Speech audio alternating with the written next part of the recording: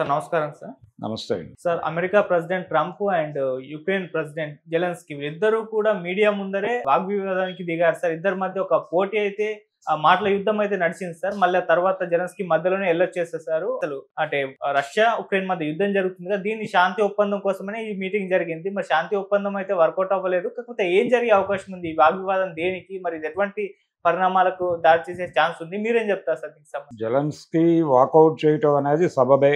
ఉమ్, అంటే ఈయన పెద్దన్నలా వ్యవహరించే ప్రయత్నం చేశాడు ఓకే. ట్రంప్. అంటే అమెరికాకి మొదటి నుంచి కూడా ఆ కల్చర్ ఉంది, ఉమ్, పెద్దన్న కల్చర్. అందులో భాగంగానే వాళ్ళు బుల్డోజ్ చేసే ప్రయత్నం చేశారు. చాలా విచిత్రమైనటువంటి ప్రచారం జరిగింది జెలెన్స్కీ అలాగే ట్రంప్ సమావేశానికి. అదేదో ఉక్రెయిన్లో శాంతి కోసం జరుపుతున్నటువంటి సమావేశం అని చెప్పలేదు. అది వాళ్ళు ఖనిజాల ఒప్పందంలో భాగంగా అని చెప్పేసి ప్రధానంగా దాని మీద ఫోకస్ పెట్టారు. అంటే నీ ఇంట్లో సమస్యని నేను కొంతమేరకు పరిష్కరిస్తాను, నాకేమిస్తావు అన్న పద్ధతిలో మాట్లాడాడు ఈయన. మాట్లాడి ఖనిజాలకు సంబంధించిన ఒప్పందం చేసుకుందాము అనే దాంతో వారిని కూర్చోబెట్టి ఇది ఫీజు కింద, వారు చేసేటువంటి సెటిల్మెంట్కి గాను ఇది ఫీజు, ఉమ్, ఈ పద్ధతిలో డీల్ సెట్ చేశారు. సెట్ చేసి అక్కడ జరిగినటువంటి వ్యవహారాలు వేటిని పట్టించుకోవటానికి తిరస్కరిస్తున్నాడు ఆయన. పట్టించుకోను అన్నట్టు గుడ్డిగా వ్యవహరిస్తున్నాడు ట్రంప్. ఏమంటున్నాడు ఆయన? ఆల్రెడీ 20% పైన ఉక్రెయిన్ భూభాగాన్ని రష్యా ఆక్రమించుకుంది. దాని గురించి తన స్టాండ్ ఏమిటో మాట్లాడాలి ఆయన. అది లేదు, అది మాట్లాడటానికి కూడా సుముఖంగా లేడు ఆయన. రెండోది, యుద్ధం ప్రారంభించింది రష్యానే. ఉక్రెయిన్ మీద మొదటి దాడి చేసింది రష్యా. ఎందుకు జరిగింది అసలు ఈ గొడవంతా అంటే, ఉక్రెయిన్ కూడా ఒకప్పుడు సోవియట్ రష్యాలో అంతర్భాగమే. అయితే 90లో జరిగినటువంటి పరిణామాల రీత్యా వాళ్ళు ఆ దేశాలన్నీ విడిపోయినాయి. శాటిలైట్ కంట్రీస్ అనేవాళ్ళు ఆ రోజుల్లో. ఉమ్, అంటే సోవియట్ సోషలిస్ట్ రిపబ్లిక్ అనే పేరుతో ఈ దేశాలన్నిటినీ, ఈ ఏషియన్ కంట్రీస్ని, కొన్ని యూరోపియన్ కంట్రీస్ని కలిపి ఒక యూనిఫై చేశాడు ఆయన. ఎవరి కార్యక్రమం నిర్వహించింది? స్టాలిన్. ఉమ్, స్టాలిన్ హిట్లర్ని అడ్డుకోవటం కోసం జరిపినటువంటి యుద్ధ ప్రక్రియలో భాగంగా వీళ్ళందరినీ కలిపి ఒక రక్షణ మండలిగా తీర్చిదిద్దాడు. అట్లా ఉక్రెయిన్ అనేది రష్యాలో అంతర్భాగం అయ్యింది.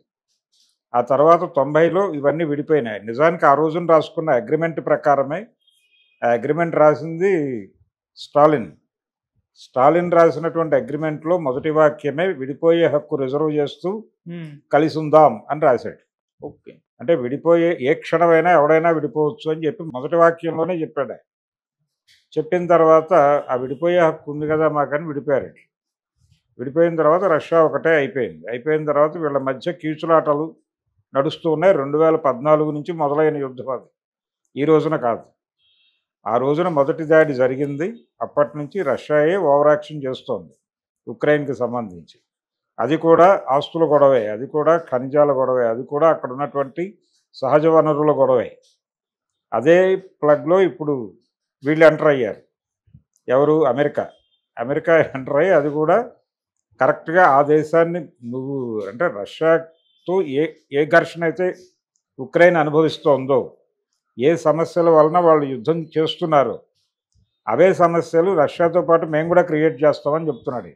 ఉమ్, అంటే తనకి సరెండర్ కావడం కంటే పుతిన్కి సరెండర్ కావడం మంచిది కదా వాళ్ళకి, పొరుగు దేశం. ఒక వార్నింగ్ కూడా ఇచ్చాడు ఆయన. ఈ శాంతి ఒప్పందానికి నువ్వు ఒడంబడి ఉండకపోతే, ఒప్పుదల కాకపోతే మూడో ప్రపంచ యుద్ధానికి నువ్వే తెరదీసిన వాడు అవుతావని కూడా చెప్పాడు. ఉమ్, అది వార్నింగే. అంటే మేము కలిసి నిన్ను తొలగిస్తాం, అడ్డు తొలగిస్తామని చెప్పడమే. ఇది ఖచ్చితంగా దుర్మార్గమే. అంటే నిన్ను దీనికి అతనికి గొడవ ఉంది. ఆ గొడవ ఇద్దరిని కలిపి కూర్చోబెట్టి సెటిల్ చేయాలి. ఏమంటే మీరు వాళ్ళ భూమిని ఆక్రమించుకోవడం ఏంటి, వాళ్ళ మీద దాడులు చేయటం ఏంటి, మీరే కదా ఓపెన్ చేసింది, వెనక్కి వచ్చేయండి. మీ ఆ దేశానికి ఉన్నటువంటి ఒక స్వతంత్రతని, సమగ్రతని కాపాడాల్సినటువంటి బాధ్యత ఉంది. దానికి నిజానికి యుఎన్లో మెంబర్షిప్ రావడానికి కూడా వాళ్ళు అడ్డం పడ్డారు రష్యా వాళ్ళు. అక్కడి నుంచి మీరు ఎందుకు ఘర్షణ పడుతున్నారు ఉక్రెయిన్తో, మీరు అలా చేయడం కరెక్ట్ కాదని ఈయన పెద్ద మనిషి అయితే, ట్రంప్ లేదు అమెరికా పెద్ద మనిషి అయితే కూర్చోబెట్టి మాట్లాడాలి. మాట్లాడి ఎవరి గౌరవానికి ఇబ్బంది కలగని పద్ధతిలో ఒక ఒప్పందం చేసి వాళ్ళిద్దరితో ఒక షేక్ హ్యాండ్ ఇప్పించి పంపించాలి. అలా కాకుండా ఇది వన్ సైడెడ్ ప్రోగ్రామ్. జెలెన్స్కీని పిలిచి కూర్చోబెట్టి నేను చెప్పినట్టు నువ్వు నోరు మూసుకొని వినేసి సంతకాలు పెట్టి వెళ్ళిపో, నేను చూసుకుంటా అంటే ఏం చూసుకుంటాడు ఈయన? ఈ కార్యక్రమం చేసినందుకు గాను ఖనిజాలకు సంబంధించి వీళ్ళకి హక్కులు ఇస్తూ సంతకాలు పెట్టాలి ఆయన ఒప్పందం మీద. ఎందుకు పెడతాడు అంటే మీకు మీ పొరుగువాడితో ఉన్న సమస్యలు మేము పరిష్కరిస్తాం, ఈ ఇల్లు మాకు అప్పచెప్పి వెళ్ళిపోండి అన్నట్టు ఉంది అది. జనరల్గా వీధి రౌడీలు చేసే సెటిల్మెంట్లు. ఆ వీధి రౌడీలు చేసే సెటిల్మెంట్ భాష తప్ప ఇంకోటి మాట్లాడలేదు ఆయన ట్రంప్. అందుకని ఖచ్చితంగా ఈ ఈ పొద్దున వాళ్ళేమో ఖనిజాల ఒప్పందం అంటున్నారు, ఇదేమో శాంతి ఒప్పందం ప్రాతిపదిక అంటున్నారు. ఏ ఉద్దేశంతో అక్కడ కూర్చున్నా కానీ ఆ సమావేశం అలా రసాభాసగా ముగియటానికి కారణం ట్రంపే.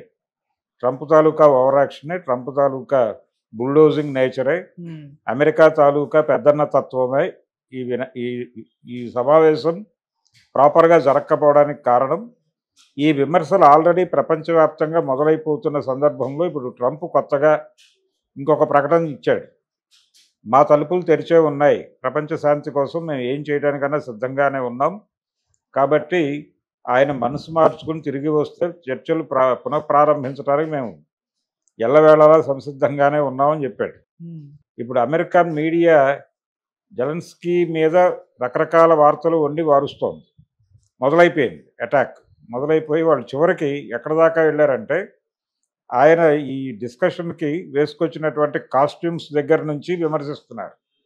ఆయన టీషర్ట్ వేసుకుని రావడం ఏంటి అమెరికన్ ప్రెసిడెంట్తో మీటింగ్కి, పైగా ఆ హాల్కు ఉన్నటువంటి ఆ కాన్వాస్కు ఉన్నటువంటి డిగ్నిటీని కనీసంగా పట్టించుకోరా, ఆయన డ్రెస్ సెన్స్ ఏమిటి, ఆయన ఏమిటి, అదేమన్నా ముందే ఆయన తిరుగుబాటు ప్రకటించడం కోసం వచ్చాడు, అందుకని ఆ కాస్ట్యూమ్ వేసుకుని వచ్చాడు అని కూడా ఆ స్థాయిలో మాట్లాడేస్తున్నారు.